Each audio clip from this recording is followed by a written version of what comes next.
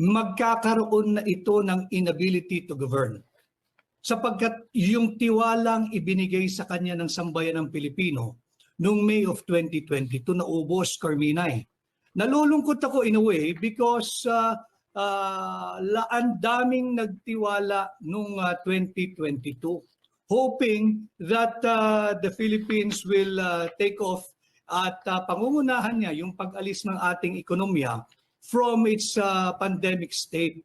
Pero nakikita natin ngayon, bagsak ang ating GDP, bagsak ang ating foreign direct investment, bagsak ang ating piso, bagsak ang ating stock market, bagsak ang kumpiyansa ng mamamayang Pilipino. And again, hindi lamang sa issue na ng korupsyon ngayon, kung hindi yung issue ng drug addiction, bumalik na naman dahil nga categorically, sinabi ng presidential sister mismo kagabi, yung pagiging drug addict ng kanyang kapatid, ng Pangulo mismo ng Republika ng Pilipinas.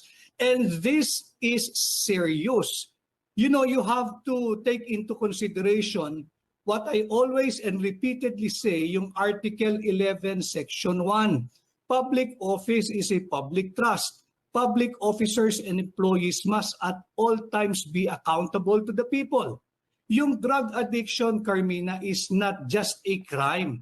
It's a brain disorder. It's a public health issue. At yan may kinalaman din sa Article 12, Section 7 ng ating saligang batas that in cases of serious illness of the President, the public must be notified as to his state of health.